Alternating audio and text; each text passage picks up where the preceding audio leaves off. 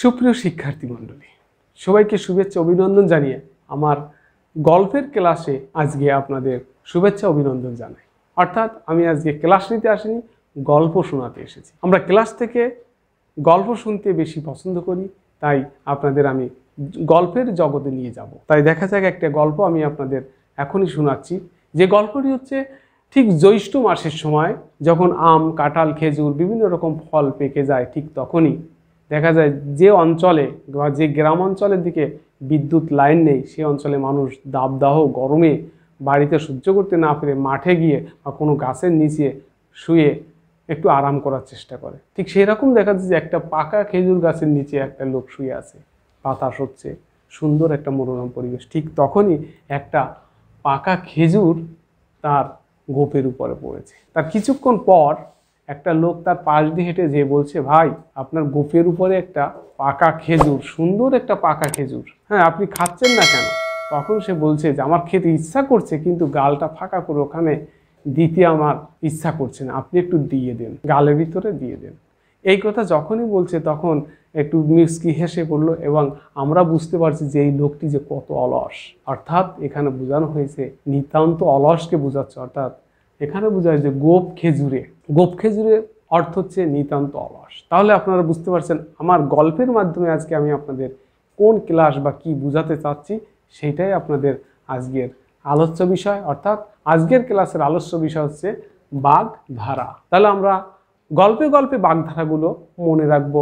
অনেক সময় আমরা বাগধারাগুলো মুখস্থ করি, বিভিন্ন অ্যাডমিশন পরীক্ষা, বিভিন্ন চাকরির পরীক্ষায় এই বাগধারা অবশ্যই থাকে।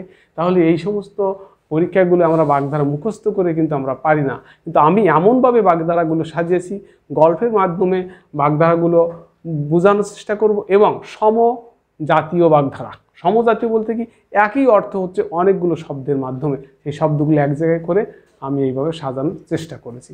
তাহলে আমি এবার বিস্তারিত আলোচনা করব। আমরা প্রথমে আলোচনার আগে বাগধারা কি এটা একটু জানব। যেমন বাগধারা হচ্ছে, বাগধারা মানে কথার ধারা বা বুদ্ধি।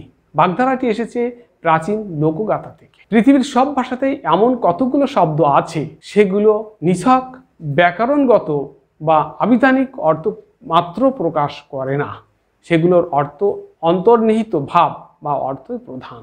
এ জাতীয় শব্দ সমষ্টিকেই বাগধারা বা বাগবিধি বলা হয়ে থাকে। সহজ কথায় বলা হয় বাক্য বা বাক্যাংশের বিশেষ প্রকাশ ভঙ্গিকে বলা হয় বাগধারা। এরপরে সেই বাগধারা হচ্ছে তিন ভাগে বিভক্ত। যেমন হচ্ছে বাচ্যার্থক, যে সকল শব্দ তাদের আবিধানিক অর্থে ব্যবহৃত হয় তাকে বাচ্যার্থক বাগধারা বলে।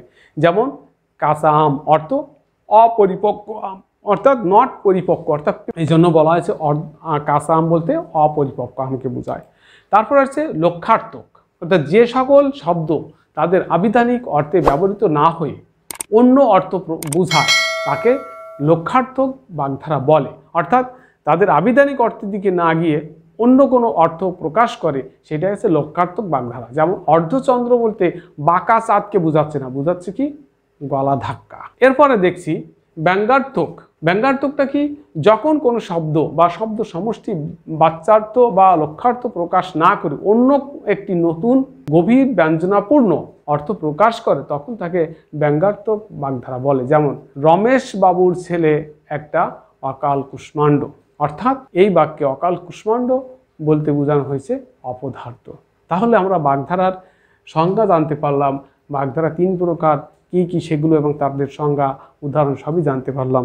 এবার আমি পরবর্তী আলোচনায় ফিরে যাচ্ছি। আমরা স্ক্রিনে দেখছি বাগধারা শব্দটা, অর্থাৎ বাগধারা অর্থটা কি। অর্থ কথার বলার বিশেষ ঢং বা রীতি আলোচিত। এই বাগধারা শব্দটি বাক্যতত্ত্বে আলোচিত হয়। এটি সংস্কৃত ভাষার শব্দ, এর সন্ধি হচ্ছে বাক প্লাস ধারা, বাগধারা। এটি সংস্কৃত ভাষার সন্ধি, ভাষা বিশেষের এক ঐতিহ্য। এর পরবর্তী দেখছি একটা বাঘ, অর্থাৎ বাগধারার বাঘ। তাহলে এই বাগধারার বাঘের ভিতর আমরা একটু লক্ষ্য করে দেখি যে এখানে বাঘের চোখ সাধ্য নয়, দুঃসাধ্য বস্তু। তারপর হচ্ছে বাঘের দুধ, অর্থাৎ এটাও দুঃসাধ্য বস্তু।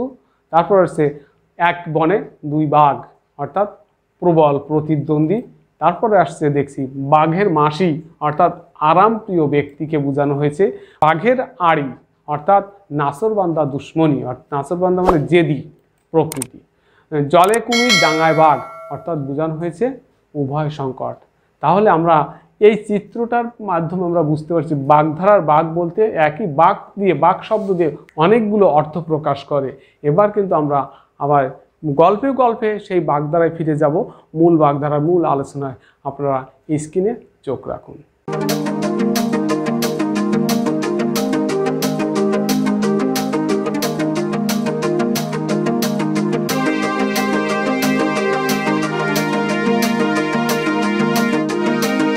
সমজাতীয় বাগধারা। আ কাকু বাঘসু, আ কাকু বাঘসু, অর্থাৎ আতে হচ্ছে আকাশ কুসুম, কাতে হচ্ছে কাঁঠালের আমসত্ত্ব, কুতে হচ্ছে কুমিরের সান্নিপাত, ব্যাতে হচ্ছে ব্যাঙের সর্দি, ঘোতে হচ্ছে ঘোড়ার ডিম, শোতে হচ্ছে সোনার পাথর বাটি। এই সবগুলোর অর্থ কিন্তু অসম্ভব জিনিস। যাকে এখানে বোঝানো হচ্ছে যে আকাশ কুসুম বলতে বোঝাচ্ছে অসম্ভব জিনিস বলতে কি বোঝায়? আকাশ কুসুমের আক্ষরিক অর্থ হলো অসময়ে জাত ফুল, অর্থাৎ ফুল সাধারণত কোনো সুনির্দিষ্ট ঋতুতে ফোটে, যেমন কদম বর্ষার ফুল। এই কদম জাতীয় ফুল অন্য ঋতুতে ফোটা অসম্ভব। ফুল নির্দিষ্ট সময় ছাড়া অকালে বা অন্য সময়ে ফোটা অসম্ভব। তাই আকাশ কুসুম দিয়ে অসম্ভব ব্যাপার, অসম্ভব বস্তু বা অসম্ভব জিনিস বোঝায়। ঠিক একই রকম ভাবে এখানে কাঁঠালের আমসত্ত্ব, কাঁঠালের কখনো আমসত্ত্ব হয় না, তাই এখানে অসম্ভব বস্তু বলা হয়েছে। তারপরে একটা আসছে কুমিরের সান্নিপাত। সান্নিপাত মানে নিকটে, অর্থাৎ কুমিরের কাছে যাওয়া বা থাকা এক প্রকার অসম্ভব। তার মানে কুমিরের কাছে বা নিকটে যাওয়া অসম্ভব, সেই জন্য বলা হয় কুমিরের সান্নিপাত। ব্যাঙের সর্দি, যে ব্যাঙ সবসময় পানিতেই থাকে, তাহলে ওর আবার সর্দি কিসের? ঘোড়ার ডিম অসম্ভব বস্তু বা অসম্ভব জিনিস, সোনার পাথর বাটি, এই সবগুলো শব্দে বাগধারা হচ্ছে অসম্ভব বস্তু। তারপরে আবার আরেকটা দেখি ঢাক মোধা, অর্থাৎ ঢাতে হচ্ছে ঢাকের কাঠি, খাতে হচ্ছে খয়ের খা, মোতে হচ্ছে মোসাহেব, ধাতে হচ্ছে ধামা ধরা। তাহলে একটা বিষয় আমরা এখানে বুঝতে পারলাম যে ঢাকের কাঠি হচ্ছে ঢাক ঢোলের মতো এক ধরনের বাদ্যযন্ত্র। ঢোল একটু ছোট হয় এবং দুই পাশে বাজানো হয়, আর ঢাক একটু বড় হয় কিন্তু এক পাশে বাজানো হয়। ঢাক বাজাতে কাঠি বা দণ্ডের প্রয়োজন হয়। কাঠি সবসময় ঢাককে তোষামোদ করে, তাই ঢাকের কাঠি দিয়ে তোষামোদে অর্থ প্রকাশ করে। তার মানে এখানে ঢাকের কাঠি তোষামোদে, অর্থাৎ বড় ঢাককে ছোট এক খণ্ড লাঠি দিয়ে পিটাতে হয়। আর খয়ের খা হচ্ছে একই রকম তোষামোদ করা, মোসাহেব তোষামোদ করা, ধামা ধরা তোষামোদ করা। তাহলে আমরা এই সমজাতীয় বাগধারার ভিতরে আমরা দেখতে পেলাম যে ঢাক মোধা, অর্থাৎ ঢাকের কাঠি, খয়ের খা, মোসাহেব, ধামা ধরা, এগুলো সবই একই জাতীয় তোষামোদে উদাহরণ হয়েছে। আবার দেখছি সমজাতীয় বাগধারায় আসছে অঘ আকা সাটেক, অর্থাৎ অতে হচ্ছে অকাল কুষ্মাণ্ড, এটাও অপদার্থ। ঘতে ঘটিরাম, আতে আমরা কাঠের ঢেকি, কাতে কায়েতের ঘরের ঢেকি, শতে ষাঁড়ের গোবর, ঢেতে ঢেকির কুমির, তারপর কতে কচুবনের কালাচাঁদ। এই সবগুলোর অর্থ হচ্ছে অপদার্থ। তাহলে এখানে আমরা অকাল কুষ্মাণ্ডটা একটু আলোচনা করতে পারি। ধৃতরাষ্ট্রের পত্নী গান্ধারী গর্ভবতী ছিলেন, কিন্তু গর্ভধারণের 2 বছর পরও তার কোনো সন্তান ভূমিষ্ঠ হচ্ছিল না। এই অবস্থায় তিনি নিজের গর্ভপাত ঘটান। তার গর্ভ থেকে কুমড়ার আকৃতির একটি মাংসপিণ্ড অকালে নির্গত হয়। লোকমুখে প্রচারিত হয় গান্ধারী অকালে একটি কুষ্মাণ্ড প্রসব করেছেন। এই অকাল কুষ্মাণ্ড থেকে দুর্যোধন, দুঃশাসন প্রমুখ কুলবিনাশী 100 পুত্রের জন্ম হয়। অন্যায় ষড়যন্ত্র, কুরুক্ষেত্রের 18 দিন ব্যাপী মহাযুদ্ধ এবং কুরুবংশ ধ্বংসের মূল হোতা হিসেবে গান্ধারী শতপুত্রকে দায়ী করা হয়। তাদের রাজ্য লোভ, অন্যায় আচরণ, মাত্রাতিরিক্ত বিলাস এবং ভোগ স্পৃহা ভারত যুদ্ধের মতো ভয়াবহ পরিণতি এনেছে বলে অকাল জাত কৌরব ভ্রাতাদের অকাল কুষ্মাণ্ড বলা হয়। আমাদের সমাজে আমরা এই প্রবাদকে প্রায় একই অর্থে ব্যবহার করি। অপদার্থ, দুষ্কর্মা, ক্ষতিকর ও অনিষ্টকারীদের বোঝানো হয়েছে। তার মানে আমরা এই যে শব্দগুলো দেখছি বাগধারাগুলো সবগুলো অকাল কুষ্মাণ্ড, ঘটিরাম, আমড়া কাঠের ঢেকি, কায়েতের ঘরের ঢেকি, ষাঁড়ের গোবর, ঢেকির কুমির, কচু বনের কালাচাঁদ, এগুলো সবই অর্থ হচ্ছে অপদার্থ। হাক হাকি, এই হাক হাকি দিয়ে চারটি আমরা বাগধারা পাবো। যেমন এখানে আমরা দেখছি অত্যন্ত কৃপণ, যার অর্থ হাত ভারী। কতে আসছে কঞ্জুসের ডান ঢাকই, হাতের জল না লাগা। গীতে আসছে কিপ্টের জাসু। এখানে আমরা একটা গল্প আকার দিতে পারি হাত ভারী। হাত ভারী মানে অত্যন্ত কৃপণ, তার মানে কাউকে কোনো কিছু দিতে গেলে সাধারণত হাত উঁচু করে দিতে হয়, কিন্তু যার হাত ভারী সে তো সহজে হাতই উঁচু করে না, হাত ভারী করে নিচু করে রাখে, যাতে দান করতে বা খরচ করতে না হয়। হাত ভারী দিয়ে কৃপণ ব্যক্তিকে বোঝানো হয়েছে। তাই এখানে হাত ভারী, কঞ্জুসের ডান্ডা খোয়, হাতে জল না লাগা, কিপ্টের চাষু, এগুলো সবগুলোর অর্থ হচ্ছে অত্যন্ত কৃপণ।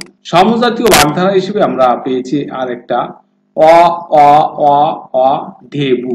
যেমন এখানে আমরা চারটে অ পেয়েছি। ঢেবু এর অর্থ হচ্ছে সবগুলো অর্থ দাঁড়াবে নির্বোধ। অতে হচ্ছে অশাকান্ত, আবার অতে হচ্ছে অঘাচণ্ডী, তারপরে অ হচ্ছে অঘারাম, তারপর অ হচ্ছে অহারামি, তার ঢেতে হচ্ছে ঢেকি অবতার, তারপর হচ্ছে বুতে হচ্ছে বুদ্ধির ঢেকি। এগুলো সবের অর্থ হচ্ছে নির্বোধ। তার পরবর্তীতে আমরা দেখছি অ অ শনি। যেমন এখানে চারটে বাগধারা পেয়েছি অ অ শনিতে, এর অর্থ হচ্ছে একমাত্র অবলম্বন। যার প্রথম অতে হচ্ছে অন্ধের যষ্টি, যার অর্থ একমাত্র অবলম্বন। অন্ধের নড়ি একমাত্র অবলম্বন। সতে হচ্ছে সবে ধন একমাত্র অবলম্বন। আর নিতে নীলমণি, এগুলোর অর্থ একমাত্র অবলম্বন। তাহলে আমরা চারটে বাগধারা পেয়েছি, যার অর্থ হচ্ছে একমাত্র অবলম্বন। পরবর্তীতে আরেকটি দেখছি ভবুহরি। হ্যাঁ, ভবুহরিতে তিনটি আমরা বাগধারা পাবো।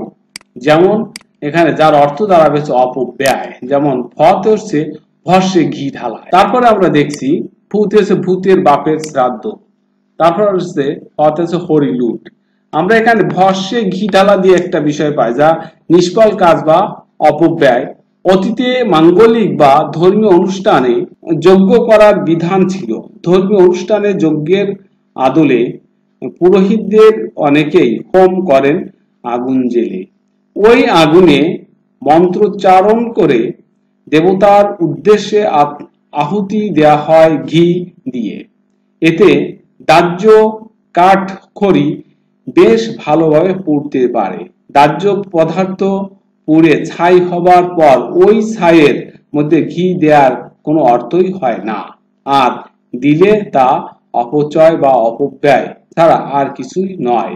কাজের সময় কাজ না করে কাজকে নষ্ট করে তার জন্য পরে পরিশ্রম ও অর্থ ব্যয় করার সার্থকতা নেই বলে সেটি ভস্যে ঘি ঢালার সঙ্গে তুলনা করা হয়েছে। তাই বলা হয়েছে ভস্যে ঘি ঢালা মানে হচ্ছে অপব্যয় করা।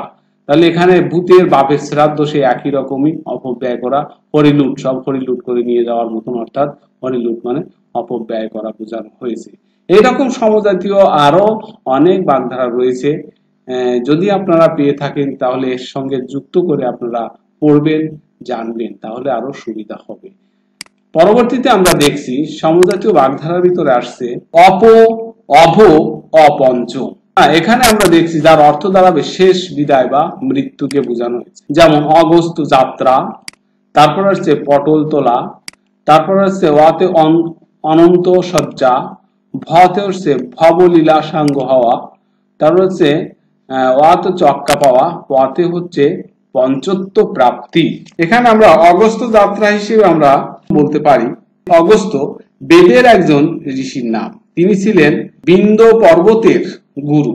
একবার বিন্দ পর্বতের ইচ্ছা হলো সূর্য প্রতিদিন তাকে প্রদক্ষিণ করবে, কিন্তু সূর্য তা না করা বিন্দ পর্বত ভীষণ রেগে গিয়ে নিজের শরীর এমন ভাবে ফোলাতে হাঁপাতে শুরু করলো সূর্যের পথই বন্ধ হয়ে গেল। এর একটা সুরাহা করার জন্য অগস্ত্য মুনি দক্ষিণে বিন্দ পর্বতের উদ্দেশ্যে যাত্রা শুরু করলেন। অগস্ত্য মুনি সেই যে গেলেন আর ফিরলেন না। অগস্ত্য মুনির সেই না ফেরা থেকেই এলো অগস্ত্য যাত্রা, অর্থাৎ পরে সেটাই হয়ে গেল মারা যাওয়া। অর্থাৎ এখানে অগস্ত্য যাত্রা মানে শেষ বিদায় বা মৃত্যুকে বোঝানো হয়েছে। তাহলে আমরা এখানে যে শব্দগুলো পেয়েছি, যে বাগধারাগুলো পেয়েছি, যে অগস্ত্য যাত্রা, পটল তোলা, অনন্ত সজ্জা, ভবলীলা, সাঙ্গ হওয়া, আক্কা পাওয়া, পঞ্চত্ব প্রাপ্তি, এগুলো সবই হচ্ছে শেষ বিদায় বা মৃত্যু সমজাতীয় বাক। এর পরবর্তীতে আমরা বিভিবতুব। বিভিবতুবে আমরা দেখছি বিতে আসছে বিড়াল তপস্বী, যার অর্থ ভণ্ড বা কপট। ভিতে আসছে ভিজে বিড়াল, যার অর্থ ভণ্ড কপট। বতে আসছে বক ধার্মিক, যার অর্থ ভণ্ড কপট। তুতে হচ্ছে তুলসী বনের বাঘ, বতে হচ্ছে বর্ণচর। এই সবগুলোর অর্থ হচ্ছে এই একই ভণ্ড কপটকে বোঝানো হয়েছে, তাই এটাও একটা সমজাতীয় বাগধারা। এর পরবর্তীতে আমরা দেখছি যে অকু গঠ্ঠু। হ্যাঁ, অকুগঠ্ঠুতে দেখছি যার অর্থ দাঁড়াবে অকর্মণ্য, অর্থাৎ অতে হচ্ছে অপগণ্ড, কুতে হচ্ছে কুমড়ো কাটা বট ঠাকুর, গোতে হচ্ছে গবর গণেশ, ঠুতে হচ্ছে ঠুটো জগন্নাথ। এই যে কতগুলো বাগধারা আমরা পেয়েছি যার অর্থ অকর্মণ্য। এরপর আসছে 11 নম্বর আমরা দেখছি বদুল শ্বশুর। হ্যাঁ, বদুল শ্বশুরে আসছে যার অর্থ দিয়ে দাঁড়াচ্ছে যে সুসময়ের বন্ধু। প্রথমে বতে হচ্ছে বসন্তের কোকিল, পরে দুতে হচ্ছে দুধের মাছির, লতে হচ্ছে লক্ষ্মীর বরযাত্রী, শোতে হচ্ছে শরতের শিশির, সুতে হচ্ছে সুখের পায়রা। তাহলে আমরা এই যে কতগুলো বাগধারা পেয়েছি যার অর্থ হচ্ছে সুসময়ের বন্ধু। এর পরবর্তীতে আরো আমরা দেখছি সমজাতীয় বাগধারা আছে অষ্ট কাজী হার কপালে, যার অর্থ দাঁড়াচ্ছে হতভাগ্য। অষ্ট হচ্ছে অষ্ট কপাল, কাজী হচ্ছে কাজী ভক্ষণ নামে গোয়ালা, হার হচ্ছে হার হাফাতে, কপাল হচ্ছে কপাল পোড়া। এই যে চারটি আমরা বাগধারা পেয়েছি যার অর্থ হতভাগ্য। এরপর আসছে জলে সাপ দেখে শ্যাম শাকের করাত নিয়ে গেল, যার অর্থ গিয়ে দাঁড়াচ্ছে হচ্ছে উভয় সংকট। জলে কুমির ডাঙায় বাঘ, যার অর্থ হচ্ছে উভয় সংকট। হ্যাঁ, সাপের সুসো গেলা, এটাও উভয় সংকট। তারপর হচ্ছে শ্যাম রাখি না উল রাখি। তারপর হচ্ছে শাকের অর্থাৎ শাকের করাত, যার অর্থ হচ্ছে উভয় সংকট। করাত শব্দ অর্থ করাতের দাঁত, সেখানে আসতেও কাটে যাইতেও কাটে, অর্থাৎ উভয় সংকটকে বোঝানো হয়েছে। তাই এই কতগুলো বাগধারা, এগুলোর অর্থ একই, যা হচ্ছে উভয় সংকট। এর পরবর্তী সমজাতীয় বাগধারা দেখছি ওহিদা আশা, অর্থাৎ যার অর্থ হচ্ছে চির ভীষণ শত্রুতা বা চির শত্রুতা। ওহি বলতে ওহিনকুল, দা হচ্ছে দা কুমড়া, আতে হচ্ছে আদায় কাজ করা, সাথে হচ্ছে সাপে নেবলে। এই যে কতগুলো বাগধারা পেয়েছি যার অর্থ হচ্ছে ভীষণ শত্রুতা। এরপর আসছে আশুদি। আশুদিতে তিনটে বাগধারা আমরা পাবো যার অর্থ হচ্ছে অলিক কল্পনা। আতে হচ্ছে আকাশ কুসুম কল্পনা, সুতে হচ্ছে শূন্যে সৌধ নির্মাণ করা, দিতে হচ্ছে দিবা স্বপ্ন, যার অর্থ হচ্ছে অলিক কল্পনা করা। পরবর্তীতে 16 নম্বর আমরা দিচ্ছি একে হচ্ছে দুটি বাগধারা রয়েছে যার অর্থ হচ্ছে সৌভাগ্য। এতে হচ্ছে একাদশে বৃহস্পতি, হ্যাঁ, কত হচ্ছে কপাল ফেরা। এই দুটোরই বাগধারার সমজাতীয় বাগধারা যার অর্থ হচ্ছে সৌভাগ্য। এর পরবর্তীতে আমরা দেখছি যে আলে আর আকাশে বাঘ, যার অর্থ গিয়ে দাঁড়াচ্ছে যে দুর্লভ বস্তু। আলেয়ার বলতে আলেয়ার আলো, আকাশে হচ্ছে আকাশের চাঁদ, তারপরে বাঘ হচ্ছে বাঘের চোখ। এগুলো এই তিনটে বাগধারার অর্থ হচ্ছে দুর্লভ বস্তু। পরবর্তী আমরা দেখছি খ আট ইঁদুর। খ আট ইঁদুরে তিনটি বাগধারা আমরা পাবো যার অর্থ হচ্ছে মন্দ ভাগ্য, যেমন খতে হচ্ছে খ কপাল, আট হচ্ছে আট কপালে, ইঁদুর হচ্ছে ইঁদুর কপালে। এই তিনটি বাগধারার অর্থ সেই একই, মন্দ ভাগ্য। যেমন তারপর 19 নম্বর দেখি দুই কাজ। দুই কাজে এখানে আসছে তিনটি বাগধারা যার অর্থ দাঁড়াচ্ছে বেহায়া। দুইতে হচ্ছে দুই কান কাটা, হ্যাঁ, কাতে হচ্ছে কান কাটা, আর চতে হচ্ছে চশম খোর। পরবর্তী আমরা 20 নম্বরে দেখছি আও। আও এ দুটি বাগধারা, যেমন আত, যার অর্থ হচ্ছে দুর্লভ। আতে হচ্ছে 88 ছেলে দুর্লভ, যার অর্থ। উতে হচ্ছে উন পাজুরে, যার অর্থ হচ্ছে দুর্লভ। তাহলে এখানে দুটো বাগধারা পেয়েছি যার অর্থ হচ্ছে দুর্লভ। এর পরবর্তীতে সমজাতীয় বাগধারা আরো আসছে আসমাম। আসমামে চারটি বাগধারা রয়েছে যার অর্থ হচ্ছে সুন্দর নীল। আত হচ্ছে আমে দুধে মেশা, সোতে হচ্ছে সোনায় সোহাগা, মাত হচ্ছে মানিক জোর, মতে হচ্ছে মণি কাঞ্চন যোগ। এই চারটে বাগধারার অর্থ একই, যেমন সুন্দর, মিল। তারপরে আসছে 22 নম্বর, আমরা গডিসিন। গডিসিনে আমরা চারটে বাগধারা পাবো, যার অর্থ গিয়ে দাঁড়াচ্ছে যে নিতান্ত অলস। গোতে হচ্ছে গোপ খেজুরি, যার গল্পটি আমরা প্রথমে দিয়েছিলাম। দ্বিতীয় হচ্ছে ডিমের তেতালা, নিতান্ত অলস বোঝায়। চিনির পুতুল, নিতান্ত অলস বোঝায়। ননির পুতুল। তাহলে এই চারটে বাগধারা আমরা পেয়েছি, যার অর্থ নিতান্ত অলসকে বোঝানো হয়েছে। পরবর্তীতে আমরা সমজাতীয় বাগধারা আমরা 23 নম্বরে পেয়েছি, যা আমরা মুমে অর্থাৎ দুটি বাগধারা পাবো, যার অর্থ কি দাঁড়াচ্ছে লাজুক। হ্যাঁ, লাজুকে মুতে আসছে মুখ চোরা, লাজুক, যার অর্থ মেতে মেনি মুখ। দুটি বাগধারার অর্থ একই, লাজুক বোঝাচ্ছে। 24 নম্বর আমরা পেয়েছি নানা। নানায় দুটো বাগধারা পাবো, যার অর্থ হয়েছে অবজ্ঞা করা। নাতে প্রথম নাতে রয়েছে নাক উঁচানো, দ্বিতীয় নাতে রয়েছে নাক সিটকানো। এই দুটো বাগধারার অর্থ একই রয়েছে। এই ছিল মোটামুটি আজকের মতো আলোচ্য বিষয়।